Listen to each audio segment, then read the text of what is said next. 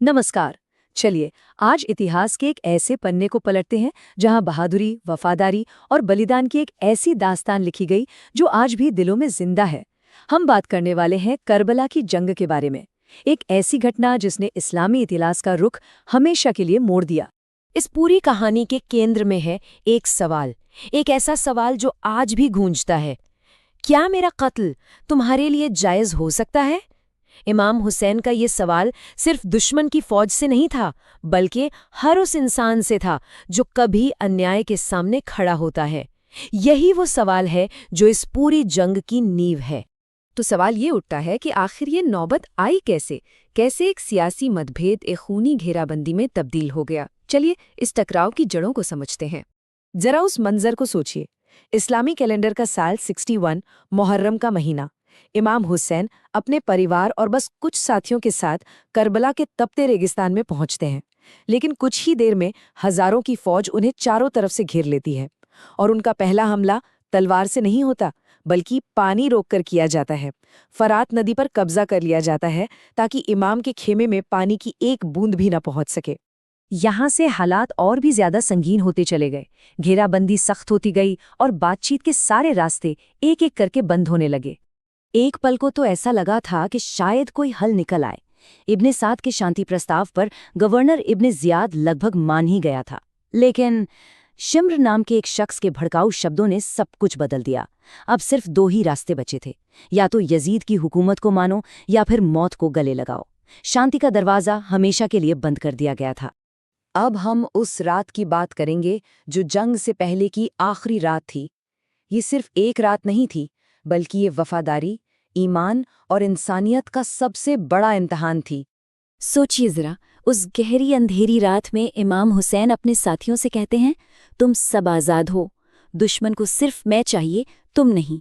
अपनी जान बचाकर यहाँ से चले जाओ। ये सिर्फ एक पेशकश नहीं थी, ये उनके किरदार की बुलंदी थी कि उन्होंने अपने साथियों को मौत के मुंह से निकलने का मौका दिया। लेकिन जवाब क्या मिला? एक भी साथी अपनी जगह से टस से मस नहीं हुआ। सबने एक साथ कहा कि वे अपनी जान दे देंगे, लेकिन इमाम को अकेला नहीं छोड़ेंगे। देखिए, एक तरफ थे वो लोग जो ईमान और वफादारी के लिए खड़े थे, और दूसरी तरफ थी यजीद की सेना जो सिर्फ सत्ता और लालच के लिए लड़ रही थी। ये दो फौजों का नहीं, दो अलग अलग दुनियाओं का टकराव था। और फिर वो सुबह आई, 10 मुहर्रम की सुबह, जिसे आशूरा का दिन कहते हैं। जंग की तलवारें खिंचने ही वाली थीं कि उससे ठीक पहले इमाम हुसैन ने इंसानियत के नाम पर एक आखिरी पुकार लगाई। उन्होंने दुश्मन की फौज को याद दिलाया कि वो कोई और नहीं, बल्कि उनके नबी के नवासे हैं। उन्होंने पैगंबर के उन शब्दों को दोहराया कि वो और उनके भाई जन्नत के नौजवानों के सरदार हैं। और फिर उन्होंने एक सीधा सा सवाल पूछा, आखिर मेरा गुनाह क्या है?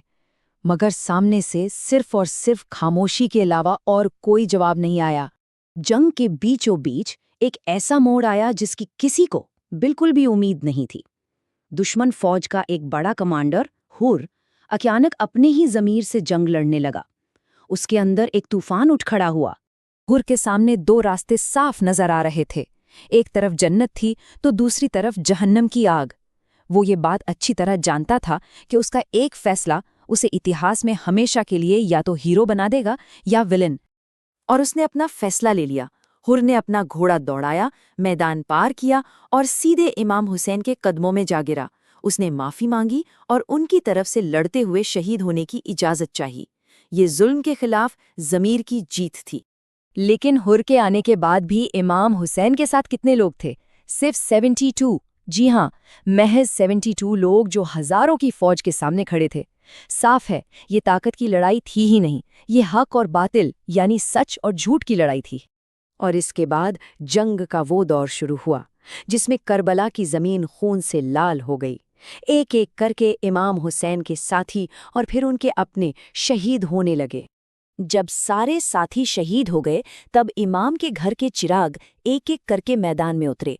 उनके भतीजे, उनके बेटे, यहाँ तक कि उनके जवान बेटे अली अकबर, जिनकी शक्ल पैगंबर से मिलती थी, सब ने बहादुरी से लड़ते हुए अपनी जान दे दी। शायद इस जंग का सबसे दर्दनाक लम्हा वो था जब इमाम हुसैन अपने 6 महीने के प्यासे बच्चे अली असगर को हाथों पर उठाकर दुश्मन से पानी मांग रहे थे। और जवाब में पानी नहीं बल्कि एक तीर आया जो उस मासूम के गले में जा लगा। अब करबला के मैदान में इमाम हुसैन एकदम अकेले थे। 3 दिन की प्यास, अनगिनत जख्म, लेकिन इसके बावजूद वो एक पहाड़ की तरह अपनी आखिरी लड़ाई के लिए खड़े हो गए। उनके जिस्म पर भालों के 33 और तलवारों के 34 जख्म थे, और तीरों की तो कोई गिनती ही नहीं थी। ये सिर्फ आंकड़े नहीं हैं, ये उस जंग की क्रूरता की गवाही देते हैं। जख्मों से बेहाल होकर आखिरकार इमाम हुसैन जमीन पर गिर पड़े। इसके बाद सिनान बिन अनस ने उनका सिर उनके जिस्म से अलग कर दिया और दुश्मनों ने उनके खैमों में आग लगाकर सब कुछ लूट लिया। मैदान की जंग तो खत्म हो गई, लेकिन करबला की असली कहानी तो यहाँ से शुरू होती है। सवाल ये है कि आखिर कैसे एक हारी हुई जंग इतिहास की सबसे बड़ी जीतों में से एक बन गई। और आखिर में ये बात जो करबला का पूरा निचोड़ है, हुसैन की शहादत असल में यजीद की मौत है। हर करबला के बाद इस्लाम जिंदा होता है। मतलब साफ है, जिस्मानी तौर पर जंग हार कर भी इमाम हुसैन ने उसूलों की लड़ाई जीत ली। उनकी शहादत ने इस्लाम को एक नई जिंदगी दे दी। करबला हमें यही सिखाती है कि असली जीत ताकत में नहीं बल्कि हक पर डटे रहने में है।